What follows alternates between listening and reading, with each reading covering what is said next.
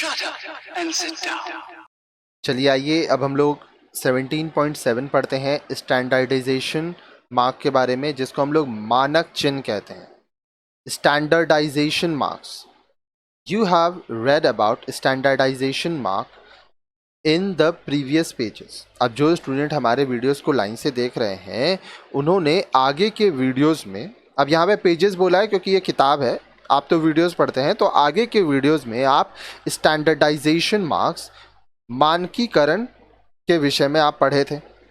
What is standardisation, मानकीकरण आखिर होता क्या है।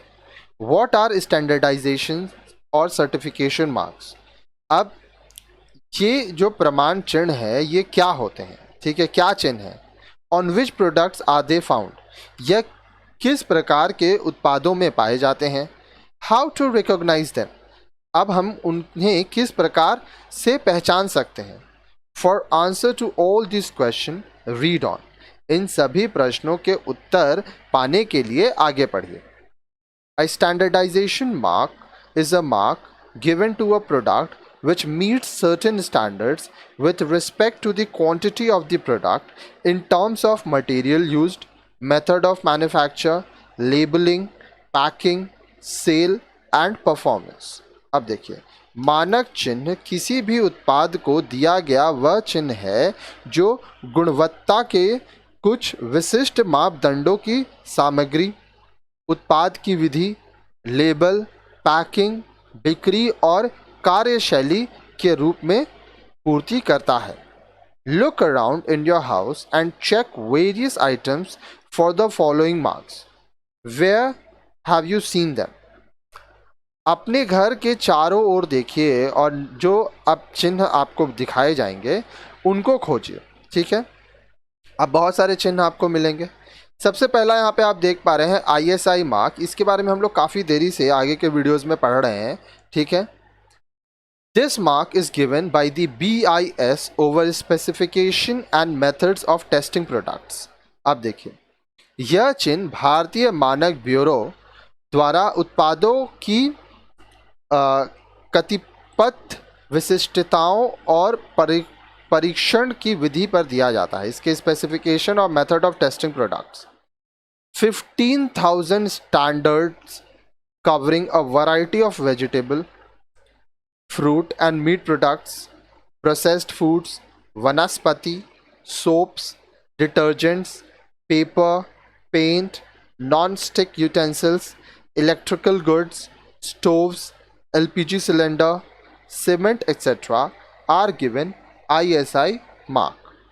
15,000 मानक जिनमें अलग अलग प्रकार की सब्जियां, फल और मांस, उसके बाद आपका प्रोसेस्ड फूड जिसको हम लोग कहते हैं प्रसंस्कृत खाद्य पदार्थ, वनस्पति, साबुन, डिटर्जेंट, कागज, रंग, नॉन स्टिक बर्तन, स्टोव, LPG सिलेंडर, सीमेंट आदि को ISI चिन्ह दिया जाता है, ठीक है। तो आपके घर में ये सब सामान होगा, उसमें देखिए आपको ISI मार्क मिलेगा। फिर आता है AG mark. So far standards have been prescribed for about 142 agricultural, horticultural, forest and livestock products like wheat flour, pure ghee, honey and spices।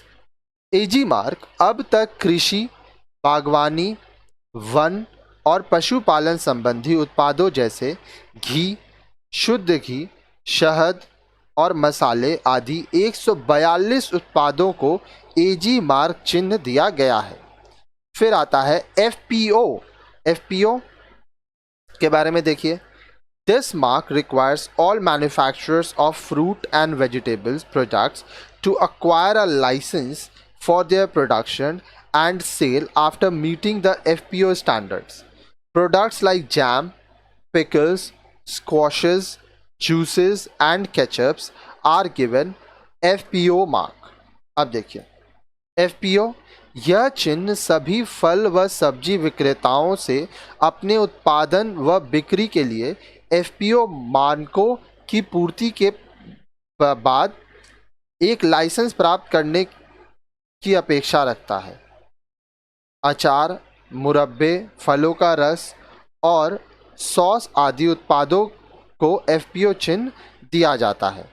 ठीक है, इसके बारे में हम लोग आगे के वीडियोस में पढ़े भी थे। फिर आता है वूल मार्क। ठीक है, A standard mark of International Wool Secretariat was established in 1949. It promotes pure wool products.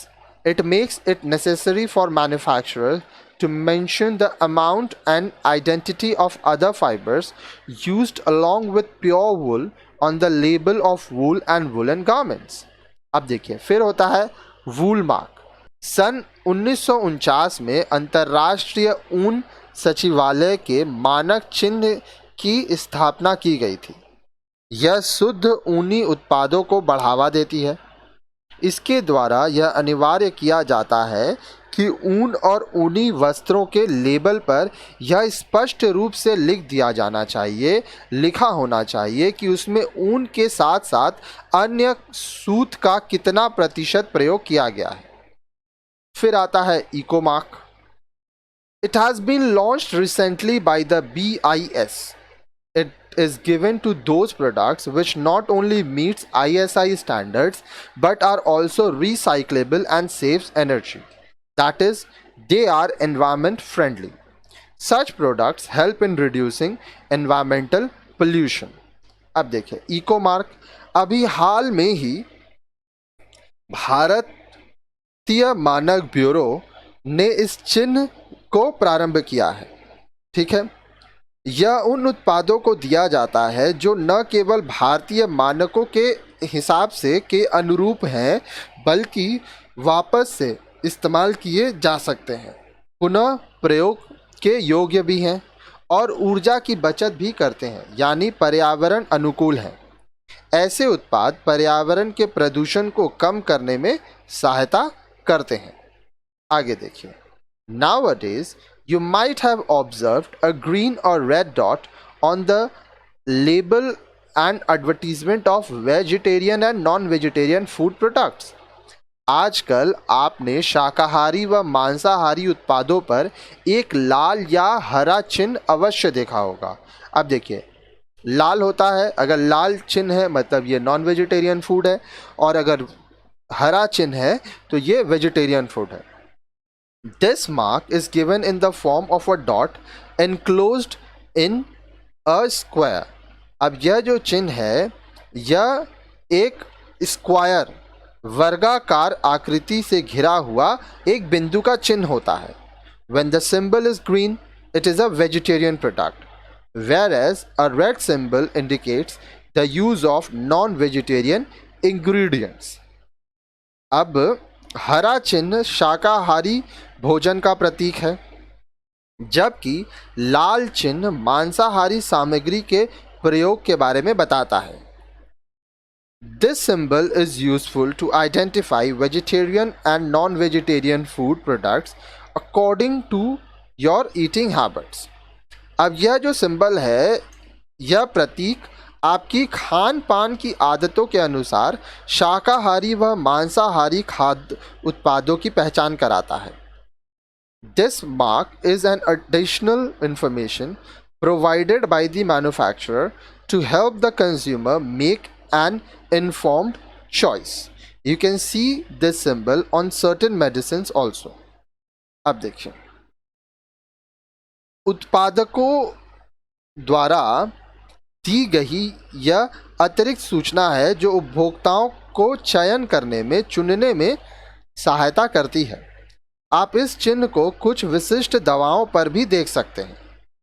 आगे देखिए, बोल रहा है the standardisation marks discussed above have been laid down by the government to prevent poor quality, duplicate and unsafe products from coming into the market. Thus, they help you to make wise choices without wasting your time, energy and money. जिन मानक चिन्हों के बारे में आपने अभी तक पढ़ा वे नकली, असुरक्षित व खराब गुणवत्ता वाले उत्पादों को बाजार में आने से रोकने के लिए सरकार द्वारा बनाए गए हैं। अतः यह चिन्ह आपके समय, ऊर्जा और धन को बर्बाद किए बिना आपको सही चयन करने में सहायता करते हैं। आगे देखिए, फिर आता है label. A label may be a piece of paper with information engraved or attached onto the packaging of the product.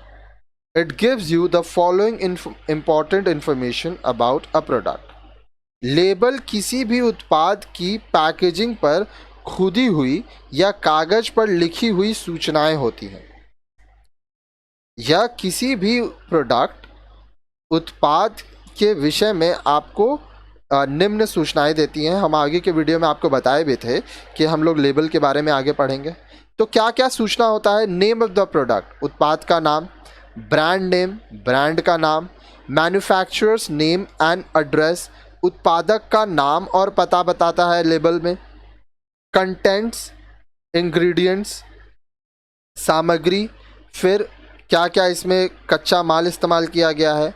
Use of the product, उत्पाद का क्या उपयोग कर सकते हैं, किस तरह से आप इस्तेमाल कर सकते हैं। Direction for use, care and maintenance, प्रयोग, सावधानी व देखभाल संबंधी कैसे आप इसको इस्तेमाल करेंगे। ठीक है, इसके बाद रहता है dates of manufacture and expiry. अब कब यह प्रोडक्ट बनाया गया था और कब यह प्रोडक्ट कब तक इस्तेमाल किया जा सकता है, इसकी समाप्ति की तारीख क्या है वो रहेगा।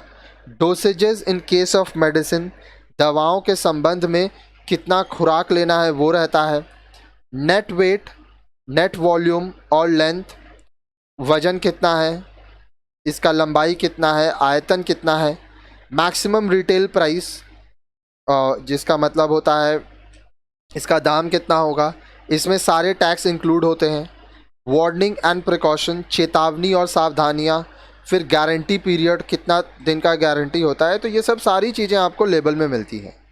You must develop the habit of reading labels carefully before buying a product. किसी भी उत्पाद को खरीदने से पहले आपको लेबल पढ़ने की आदत डालनी चाहिए, क्योंकि लेबल से आपको काफ़ी सारी जानकारियाँ मिल जाती हैं।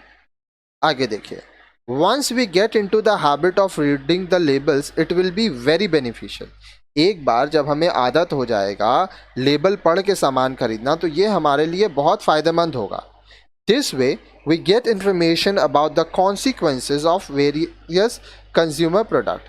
इस तरह से हमें यह समझ में आएगा कि जो अलग अलग तरह के उपभोक्ता संबंधी जो सामान है उसका इंफॉर्मेशन क्या है, कॉन्सिक्वेंसेस क्या है। We also save ourselves from substances abuse, example tobacco, alcohol. For example, if you read a label on the cigarette packet, it reads smoking is injurious to health. Reading this can encourage you not to smoke. अब देखिए, जब हम लोग label पढ़ते हैं तो ऐसा भी हो सकता है कि हम लोग गलत चीज़ों का इस्तेमाल ना करें। अगर हम लोग मान लीजिए पान पुड़िया खाते हैं, तंबाकू खाते हैं, शराब पीते हैं, ठीक है, तो उसमें हम लोग लेबल पढ़ेंगे तो लेबल में लिखा होता है कि हमारे सेहत के लिए हानिकारक है। उदाहरण के लिए अगर सिगरेट का पैकेट का आप लेबल पढ़ेंगे तो उसमें लिखा रहता है smoking is injurious to health, धूम्रपान स्वास्थ्य के लिए हानिकारक होता है। तो हो सकता है कि आप ये पढ़ने के बाद धूम्रपान ना करें। ठीक है, आगे देखिए, पैकेजिंग। पैकेजिंग का मतलब होता है चीज़ों को अच्छे से पैक करना। Packaging refers to the container or wrapper in which a product is kept for marketing and sale. A good package helps you in many ways. Packaging वह डिब्बा या कागज है जिसमें बिक्री से पहले किसी उत्पाद को रखा जाता है। एक अच्छी पैकेजिंग आपकी कई प्रकार से सहायता कर सकती है। कैसे? It protects the product from damage, breakage and spoilage. यह आपके उत्पाद को टूटने फूटने व ख़राब होने से बचाती है। It helps in easy handling, transportation and storage of products. यह उत्पाद की साज संभाल, भंडारण व एक स्थान से दूसरे स्थान तक ले जाने में मदद करती है। It prevents the products from pilferage and adulteration etcetera. इससे उत्पादन की छीजन व मिलावट करने पर रोक लगती है। Attractive packaging invites you to pick a product and buy it. आकर्षक पैकेजिंग आपको उत्पाद का चयन करने व उसको खरीदने के लिए आमंत्रित करती है। अब नेक्स्ट वीडियो में आप एडवर्टीजमेंट के बारे में पढ़ेंगे, विज्ञापन के बारे में पढ़ेंगे।